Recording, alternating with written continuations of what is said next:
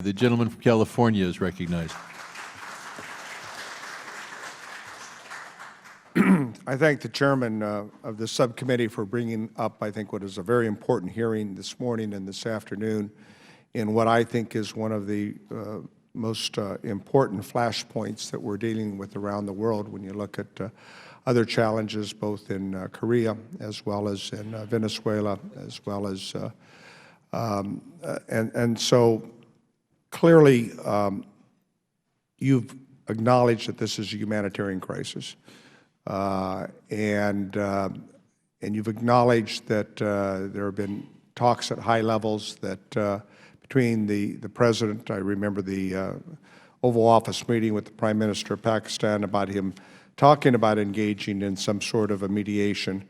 However, it's not clear that you have a plan that is focused together. I mean, there's been a ban by the Indian government in terms of access to Kashmir. By one of our own colleagues and by the press. It's not clear to me, notwithstanding all the engagement you've talked about, it's 2 months now since India's unilateral action, as to what this plan is that you're pursuing and that you're bringing together. By plan, I think with regard to India, the continued engagement with the government of India to see the lifting of the restrictions and a roadmap that the international community can understand about the return to political and economic normalcy in Kashmir. Prime Minister Modi, shortly after he revoked Article 370, made a commitment to the people that has been reaffirmed publicly by members of his cabinet that Kashmir, Jammu and Kashmir would return to being a state, would return to having assembly elections. How do you get there? And so that's a very important conversation to have. With respect to the tensions between India and Pakistan. He's also talked about one nation and one constitution. Mm-hmm. That seems to be in conflict.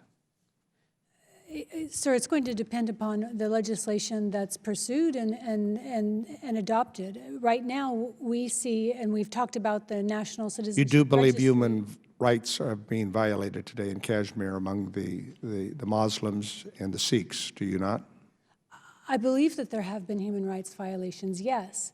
And I believe that as a democracy, India's institutions need to function.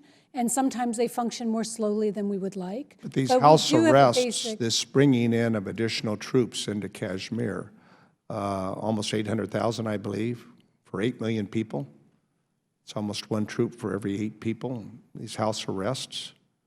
What protests has our government made to the Indian government for those actions? As I've said, we've spoken to the Indian government, expressed our concerns. You've seen our statements made publicly. But we value very much our partnership with India and India as a like-minded partner. I think we value, it's the world's largest democracy. I mean, we value that partnership both with India and Pakistan, and they both have nuclear weapons. Why this is such a potential flashpoint, I think. And it's just not clear what this administration is doing about it. Well, you've seen the President himself engage multiple times with Prime Ministers Khan and Modi. He's spoken publicly about his concern over the tensions that exist between the countries. He's offered to mediate. His officials have engaged with their counterparts.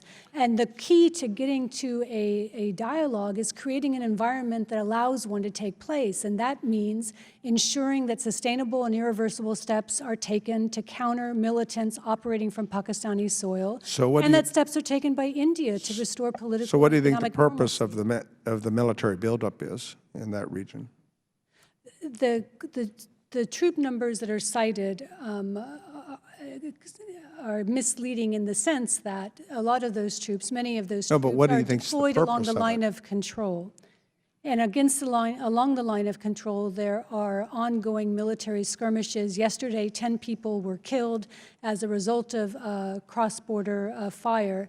And this has been the state of the line of control since the ceasefire of 2003 broke down. We urge both parties to return to respect for the line of control, use of the DGMO hotline, and other confidence-building measures. We welcome the fact, for instance, that in November, a corridor will be opened up between India and Pakistan that will allow Sikh pilgrims to travel to holy I sites understand the in gurdwaras Pakistan. have been closed. Is that your understanding among the Sikhs?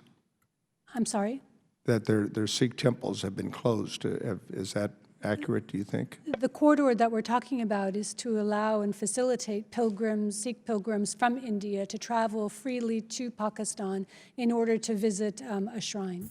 And I've met with a number of constituents, Kashmir Americans, who are concerned about their relatives in the region and trying to contact them. And it's been noted by other members about the lack of access to cell communication and other means. What are you trying to do what advice would you give me to give these Kashmir Americans who are very concerned about their relatives? We share the concern. Approximately 4 million cell phones have now been turned back on, along with 50,000 landlines. That's about half of the cell phones. It does not allow SMS. There's not internet coverage in the Kashmir Valley. In Jammu and Ladakh, the situation has largely returned to normal, and we're encouraging the Indian government to move quickly so that people can live a normal life and not face these terrible burdens. My final question is, why do you think India has not allowed the establishment of the Commission of Inquiry on the High Commissioner for Human Rights to investigate any potential human rights violations that have taken place both in Indian-held and Pakistan-held Kashmir? It's a longstanding position by India to reject the internationalization or multilateralization of Kashmir.